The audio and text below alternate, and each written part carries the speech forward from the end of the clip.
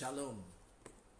Selamat bertemu lagi tuan-tuan dan puan-puan yang dikasihi sekalian dan saudara dan saudari seiman. Bertemu lagi. Saya Pastor Miller dan hari ini saya mau meneruskan khotbah saya tentang Injil. Injil adalah berita baik untuk semua manusia.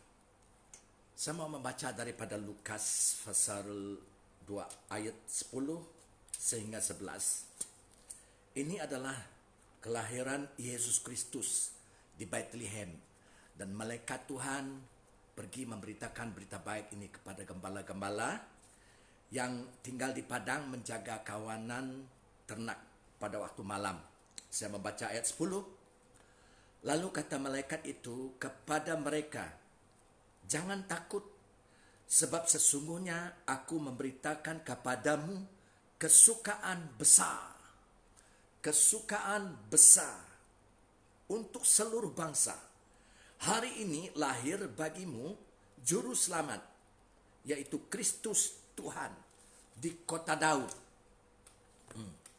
Berita baik untuk semua manusia adalah Yesus Kristus, saudara. Yesus Kristus adalah juru selamat dunia ini. Juru selamat yang menyelamat semua manusia dari segala dosa. Tidak kira bangsa, warna, kulit, dan bahasa. Yesus Kristus juru selamat. Jadi hari ini saya mau berkhotbah tentang kebenaran tentang keselamatan kita. Yesus Kristus adalah juru selamat. Kebenaran tentang keselamatan. Karena bila kita membaca firman Tuhan di dalam Alkitab, kita akan membaca ayat-ayat seperti ini. Kamu telah diselamat. Kita telah diselamat. We have been saved. Dan juga ayat-ayat seperti ini. Kamu diselamatkan. Kita diselamatkan. We are being saved.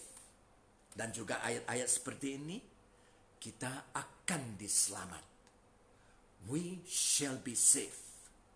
So, ini adalah kehidupan Kristen sekarang di dunia ini. Semua yang telah percaya dan menerima Yesus Kristus sebagai juru selamat kita. Jadi kebenaran tentang keselamatan, nomor 1, saya mau merujuk kepada Efesus. Di dalam Alkitab, Efesus pasal 2 ayat 5 dan ayat 8. Saya mau membaca daripada ayat 8. Saya tidak akan membaca begitu banyak rujukannya. Ayat 8, Efesus pasal 2 ayat 8.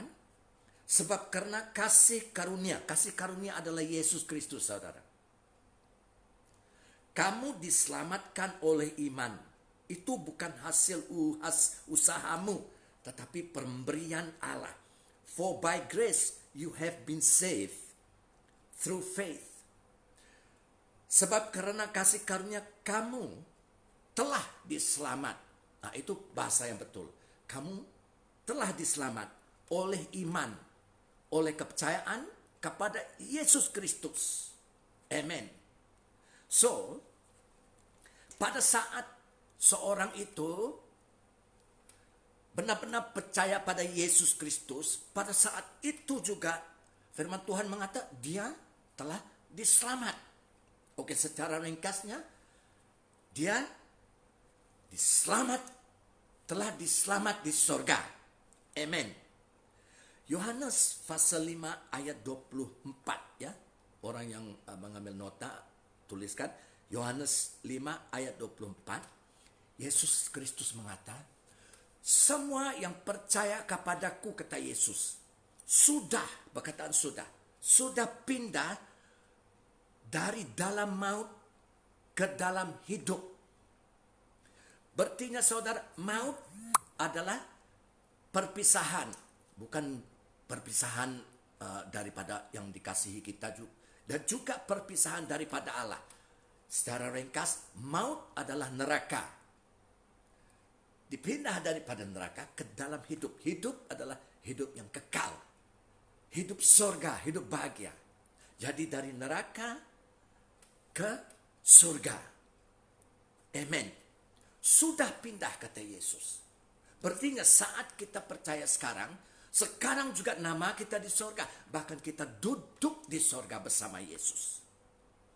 Ini bahasa yang saya panggil bahasa surgawi di bumi ini. Bahasa surgawi, yaitu sesuatu kita belum berada di tempat itu, tetapi Tuhan mengata kita sudah berada di surga.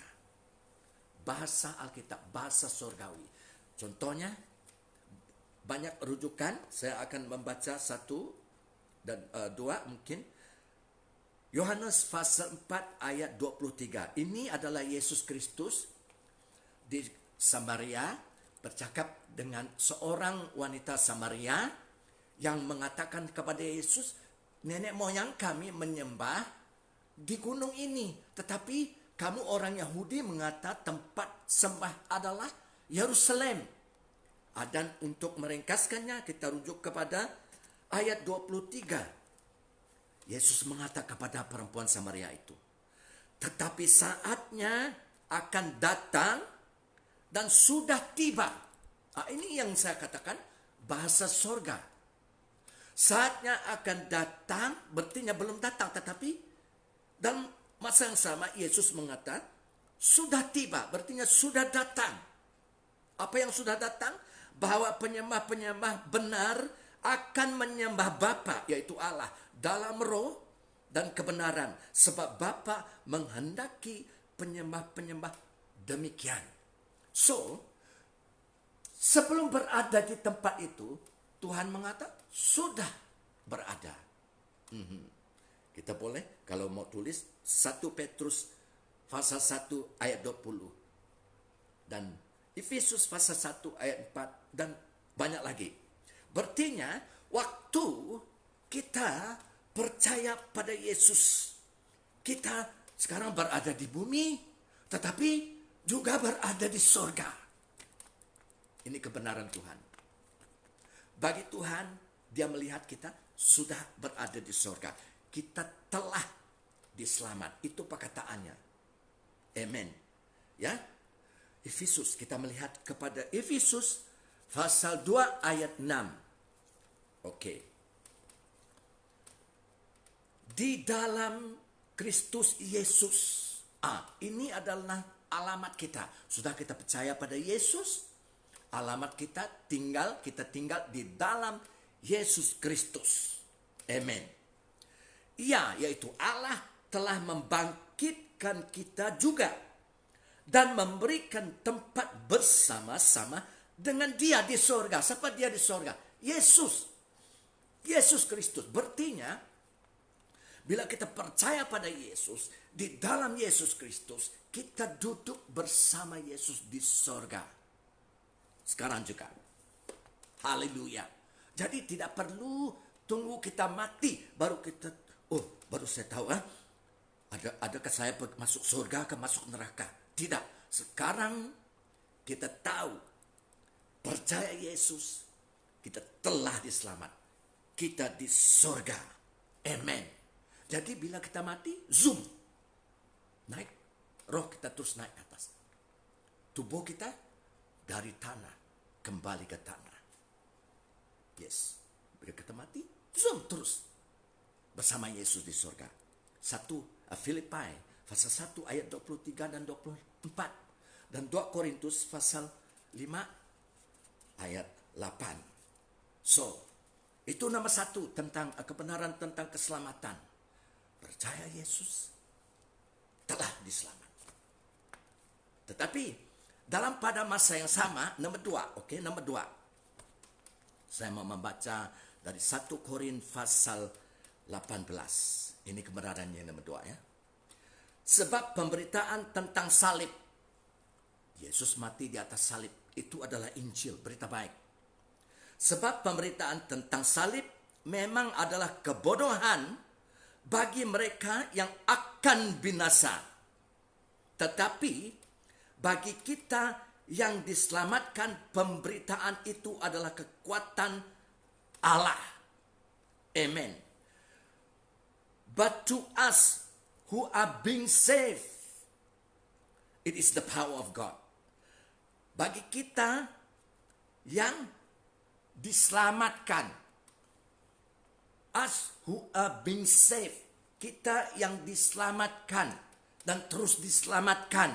Hari ini kita telah selamat, dalam masa yang sama kita diselamatkan.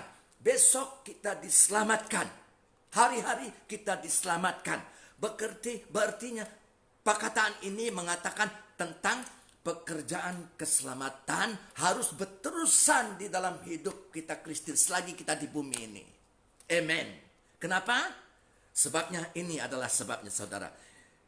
Lagi kita merujuk kepada Efesus pasal 2. Oke. Ayat 8 dan 9 ya. Ayat 8 dan 9. Karena kasih karunia adalah Yesus Kristus. Kamu diselamatkan oleh iman. Itu bukan hasil usahamu, tetapi pemberian Allah. Itu bukan hasil pekerjaanmu. Jangan ada orang yang memegahkan diri. Jadi kita melihat di sini, saat kita percaya pada Yesus, kita diselamatkan, kita terus dipindah ke surga. Duduk dengan Yesus di sana. Yes? Tetapi pada masa yang sama firman Tuhan mengatakan, kita juga diselamatkan. We are being saved. Dalam satu bahasa kita di Sarawak ini mungkin kita sedang diselamat ya. Bahasa Iban, kita benong diselamat. Haleluya. So, kenapa kita sedang diselamat? We are being saved ya. Kita diselamatkan. Karena saudara, bila kita percaya, kita telah diselamat. Itu pemberian Allah. Firman Tuhan tadi dalam Efesus pasal 2 ayat 8 dan 9 mengatakan, itu adalah pemberian Allah. The gift of God. Pemberian, present saudara. Percuma. Tak payah usaha-usaha. Tak payah buat kerja. Itu dia. Kalau kita buat kerja, mungkin hujung bulan ada upah, ada gaji. Tetapi ini pemberian, tak payah kerja, tak payah usaha. Beri, percuma. Keselamatan, percuma. Di dalam Yesus. Tak payah usaha. Bukan karena perbuatan baik kamu dan saya, tidak. Karena kita percaya pada Yesus yang diberi percuma kepada kamu dan saya. Kita telah diselamat. Berartinya saudara, pada masa kita percaya, kita telah diselamat. Pada masa itu juga pikiran kita masih lama. Pikiran kita masih pagan ya. Kita masih duniawi. Kita belum tahu bagaimana hidup seperti kehendak Yesus yang di surga. Yang kita bersama dia kan. So, kita perlu mengetahui, kita perlu diajar, kita perlu dibentuk, kita perlu diubah. Ya, itu adalah maksudnya kita sekarang diselamatkan. We who are being saved. Yes. Itu perangai kita, kehidupan kita, ya, tabiat kita perlu diubah. Itu sebab di dalam Titus pasal 3 ayat 3 hingga 6. Saya membaca ini. Titus pasal 3 ayat 3 hingga 6. Karena dahulu itu hidup kita dahulu sebelum kita diselamat. Dahulu kita juga hidup dalam kejahilan, yaitu kebodohan. Tidak taat, sesat, menjadi hamba berbagai-bagai nafsu dan keinginan. Hidup dalam kejahatan dan kedengkian, keji, saling membenci, hating one another. Itu hidup lama kita. Tetapi ketika nyata kemurahan Allah, kemurahan Allah, juru selamat kita, yaitu Yesus Kristus, dan kasihnya kepada manusia. Pada waktu itu, dia, Yesus Kristus, telah menyelamatkan kita. Ya, telah menyelamatkan kita. Kita percaya telah diselamat. Yes? Right. Bila kita percaya. Bukan karena perbuatan baik yang telah kita lakukan. Yes. Jelas sekali ya. Tetapi karena rahmatnya oleh permandian kelahiran kembali. Through the washing of regeneration. Through the washing of regeneration. Berarti bila kita bertobat, percaya Yesus, darah Yesus menyucikan kita. Segala dosa kita sepenuhnya. Dan oleh pembaharuan yang dikerjakan oleh Roh Kudus. Jadi saudara, perkataan yang kedua ini, yang diselamatkan. Kita yang diselamatkan. We who are being saved. Ya.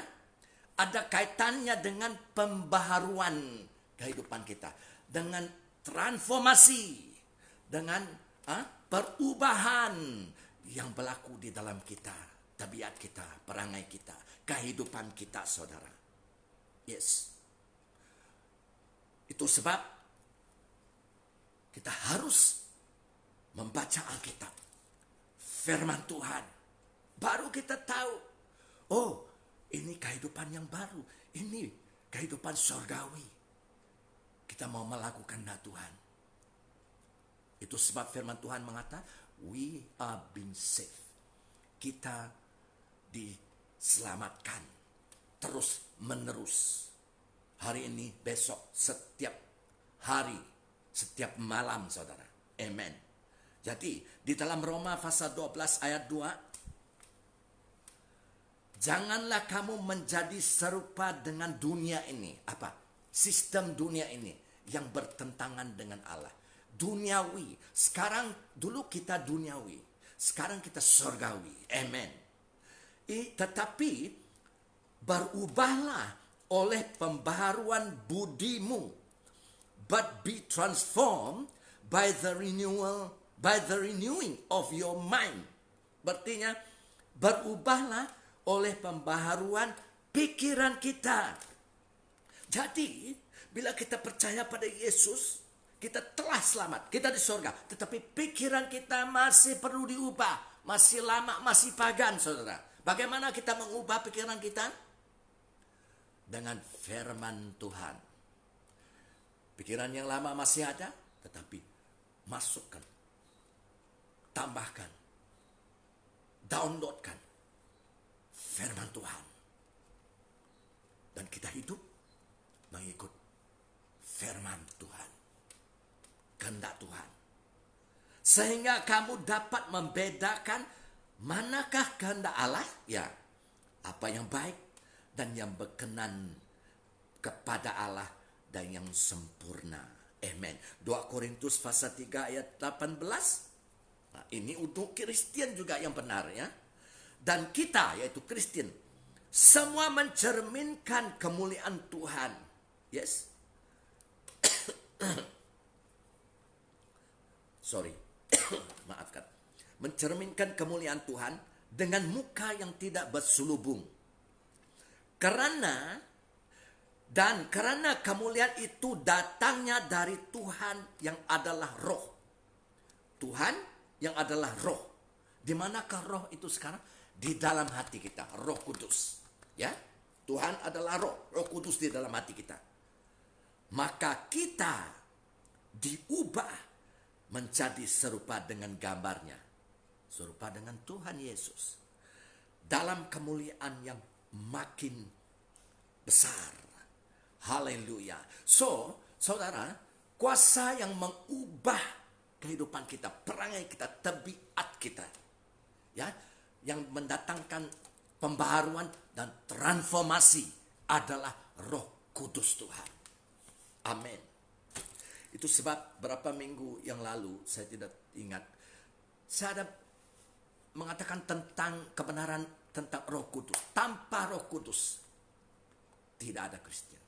Kita tidak dapat berubah. Kita tidak dapat hidup seperti Tuhan. Kita tidak dapat menginjil. Kita tidak dapat melayan Tuhan. Karena Roh Kudus adalah roh Allah. Nafas Allah, kehidupan Allah, kuasa. ya, mengubah kehidupan kita dan melakukan kehendak Tuhan. Amen. Jadi Yesus sendiri mengata kepada kita, muridnya.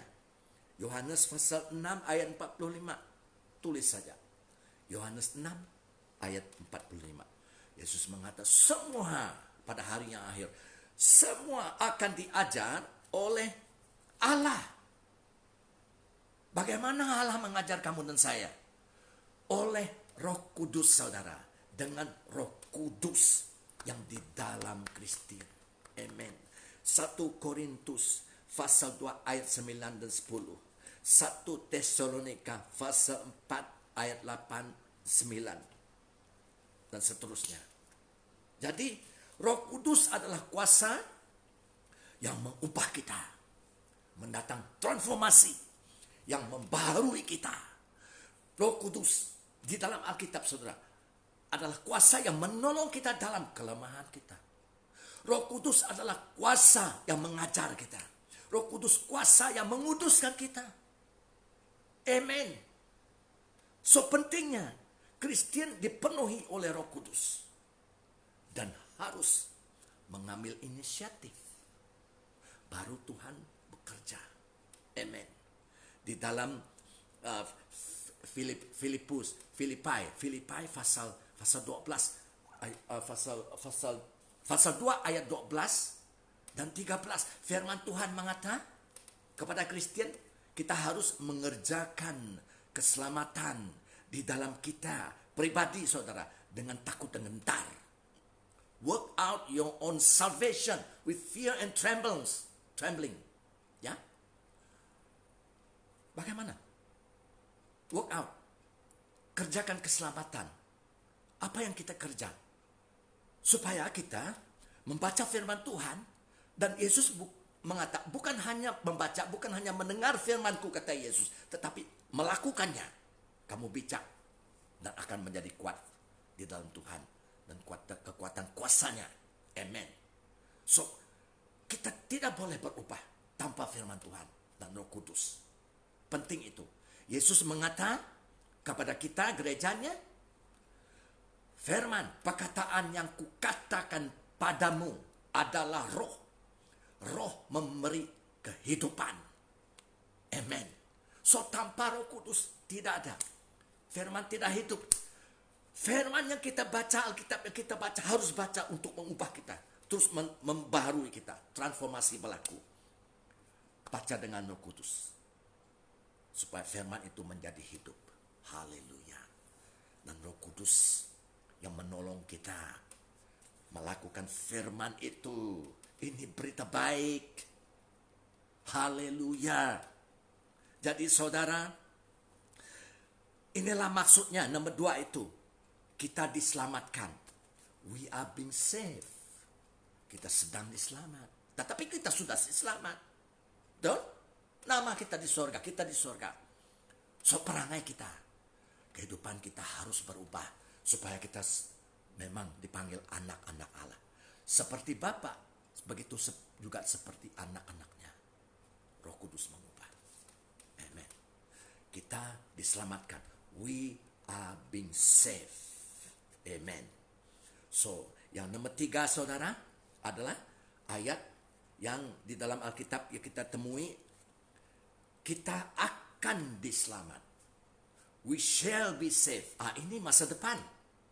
Belum datang lagi, tetapi akan datang tidak lama lagi. Kita akan diselamat. Roma pasal 5 ayat 8 hingga 10. Saya baca. Roma 5 ayat 8 hingga 10. Akan tetapi Allah menunjukkan kasih-Nya kepada kita oleh karena Kristus telah mati untuk kita ketika kita masih berdosa. Lebih-lebih karena kita sekarang telah dibenarkan oleh darah-Nya. Kita pasti akan, perkataan akan, diselamatkan dari murka Allah. Sebab jikalau kita ketika masih seteru, yaitu ketika kita masih bermusuh dengan Allah, diperdamaikan dengan Allah oleh kematian anaknya. Kematian Yesus Kristus. Lebih-lebih kita yang sekarang telah diperdamaikan, pasti akan diselamatkan oleh hidupnya. Ini Kristen. Berartinya kita akan diselamat. Ini peristiwa masa depan. We shall be saved. Oke, saya terus membaca Roma 13 ayat 11. Hal ini harus kamu lakukan. Ini kepada Kristen ya. Karena kamu mengetahui keadaan waktu sekarang. Adakah Kristen tahu keadaan waktu sekarang? Waktu sukar, waktu duka, waktu sukacita, apakah? Apa yang akan berlaku setelah itu? Itu topik yang lain, saudara. Oke. Keadaan waktu sekarang, yaitu bahwa saatnya telah tiba bagi kamu untuk bangun dari tidur. Wah, kenapa ayat ini? Adakah Kristen tidur? Tidak aktif. Bangunlah. Sebab sekarang keselamatan sudah lebih dekat. Tadi mengatakan kita telah selamat bila kita percaya. Amen. Kita di surga. Nomor 2, kita diselamatkan. We are being saved. Kita terus diselamat tiap hari. Oleh Roh Kudus yang mengubah kita, kehidupan kita, supaya kita menjadi seperti Yesus. Gambar kaliknya ya. Dan ketiga ini kita akan diselamat. Jadi di sini mengatakan sebab sekarang keselamatan sudah lebih dekat bagi kita Kristen ya, yang benar, daripada waktu kita menjadi percaya. Bila waktu kita menjadi percaya, kita telah diselamat.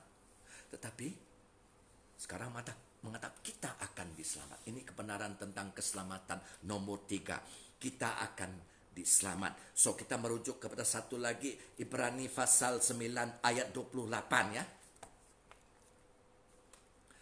Demikian pula Kristus hanya satu kali saja mengorbankan dirinya di atas salib ya, untuk menanggung dosa banyak orang.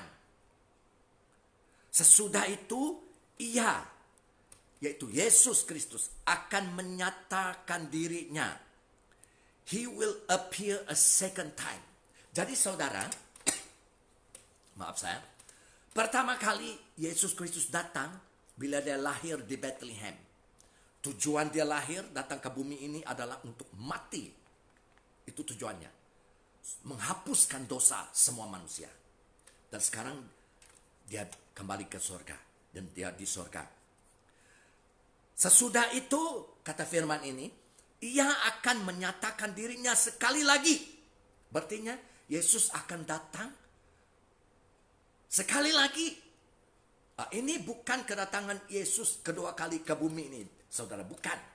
Ini adalah kedatangan Yesus bukan ke bumi ini, bukan menginjak kakinya di atas tanah bumi ini, tidak. Tetapi dia akan landing, mendarat di mana? Di atas langit, di angkasa. Untuk siapa? Untuk apa? Untuk mengambil gerejanya kembali kepada dirinya, supaya bersama dia kekal selama-lamanya. Ini kebenaran Tuhan. Sesudah itu ia akan menyatakan dirinya sekali lagi tanpa menanggung dosa, untuk menganugerahkan, untuk memberikan keselamatan kepada mereka yang menantikannya. Siapa mereka yang menanti Yesus sekarang? Kristen. So, soalan saya, adakah saya menanti Yesus? Ataupun langsung tidak peduli? Firman Tuhan mengatakan Yesus hanya akan datang kepada mereka yang menanti dia. So, Kristen harus menanti dia. Untuk apa dia datang? Untuk membawa gerejanya. The church only. Gereja. Ya, dia belum datang kedua kali ke bumi ini. Belum. Ini untuk membawa gerejanya balik ke surga. Untuk berada bersama dia kekal selama-lamanya. So kita melihat ini adalah peristiwa masa depan. Bilakah peristiwa ini kita akan diselamat berlaku? Pada hari pengangkatan, saudara. Dalam bahasa Inggris, rapture. Yes. So, kita menunggu hari itu. Baru digenapilah keselamatan kita. Selesai. Yes. Saya mau menghabis dengan ayat ini dalam 1 Tesalonika pasal 4 ayat 13 dan sehingga 18 ya. 13 hingga 18. Dan boleh tulis juga 1 Korintus pasal 15 ayat 51 sehingga 54. Oke, saya baca daripada 1 Tesalonika pasal 4 ayat 13 sehingga 18. Oke. Selanjutnya, kami tidak mau saudara-saudara. Siapa saudara-saudara ini? Orang Kristen, saudara. Bahwa kamu tidak mengetahui tentang mereka yang meninggal. Meninggal apa? Mereka ini Kristen yang meninggal dunia. Itu maksudnya. Supaya kamu jangan berduka cita seperti orang-orang lain yang tidak mempunyai pengharapan. Karena jikalau kita percaya pada Yesus kan? Percaya bahwa Yesus telah mati dan telah bangkit, maka kita percaya juga bahwa mereka yang telah meninggal dalam Yesus, berarti ini Kristen yang benar, meninggal dunia, dikubur, saudara, akan digumpulkan Allah bersama-sama dengan dia. Siapa dia? Yesus. Oke, ayat 15. Ini kami katakan kepadamu dengan firman Tuhan. Yesus sendiri mengatakan ini. Kita yang hidup, yaitu Kristennya, kita yang hidup, yang masih tinggal sampai kedatangan Yesus. Seperti saya kata tadi, ini bukan kedatangan Yesus kedua kali ke bumi ini, tidak. Ini adalah kedatangan Yesus. Dia landing, dia mendarat di angkasa di sana untuk menerima gerejanya, Kristen, hanya Kristen, kembali kepada dirinya untuk bersama dengan dia kekal selama-lamanya. Haleluya. Yes, haleluya. So, kita yang hidup, yang masih tinggal sampai kedatangan Tuhan, sekali-kali tidak akan mendahului mereka yang telah meninggal. Sebab pada waktu tanda diberi, yaitu pada waktu penghulu malaikat berseru dan sangkakala Allah terbunyi, maka Tuhan sendiri akan turun dari surga. Amin. Right? Yes. Dan mereka yang mati dalam Kristus, yang dikubur, yes, akan lebih dahulu bangkit dan diberi tubuh baru yang mulia seperti Yesus. Sesudah itu kita yang hidup, yang masih tinggal, akan diangkat juga, diberi tubuh yang baru. Ini tubuh yang lama tidak dapat diam di sorga. Ini untuk bumi. Tubuh yang baru, yang mulia seperti Yesus Kristus. Ya, kita yang hidup, yang masih tinggal akan diangkat. Perkataan akan diangkat di dalam bahasa Inggris di sini adalah caught up. Caught up itu adalah rapture. Rapture adalah asalnya dari bahasa Latin rapturo. Tetapi firman Tuhan di perjanjian baru ini ditulis dalam bahasa Yunani, saudara. So, diangkat ataupun caught up di sana dalam bahasa Yunani adalah harpazor. Harpazo berartinya snatch out. Harpazor berartinya merampas keluar. Itu dia. Kita akan diangkat bersama-sama dengan mereka dalam awan atas langit itu, menyongsong Tuhan di angkasa, bertemu dengan Tuhan di angkasa. Itu tempatnya, saudara. Demikianlah kita akan selama-lamanya bersama dengan Tuhan. Selama-lamanya. Di mana dia berada, kemana dia pergi, kita akan bersama-sama dengan Tuhan selama-lama-lamanya. Karena itu hiburkanlah seorang akan yang lain dengan perkataan ini. Therefore comfort one another with these words. Haleluya. Jadi ini adalah peristiwa akan datang, yaitu kita akan diselamatkan. We shall be saved. Digenapilah keselamatan kita. So, ini adalah pengharapan Kristen yang benar. Pengharapan yang dikatakan di dalam Alkitab, pengharapan kita yang penuh bahagia. Titus 2 ayat 13. Pengharapan kita yang penuh bahagia. Amen. Bagi kemuliaan Tuhan. Saudara dan saudari yang saya kasihi, saya berdoa, saya menyeru, ya, saya merayu agar saudara yang belum percaya pada Yesus, percayalah hari ini, dan terus telah diselamat. Dan saudara, belilah Alkitab, the Bible, buku kudus keajaiban, dan pergilah berpersekutuan ke gereja yang mengajar Alkitab, bukan gereja yang mengajar Alkitab dan campur aduk dengan tradisi manusia, bukan, jangan. So, Tuhan memberkati saudara dengan berlimpah-limpah bagi kemuliaan Tuhan. Amin. Amin. Amin.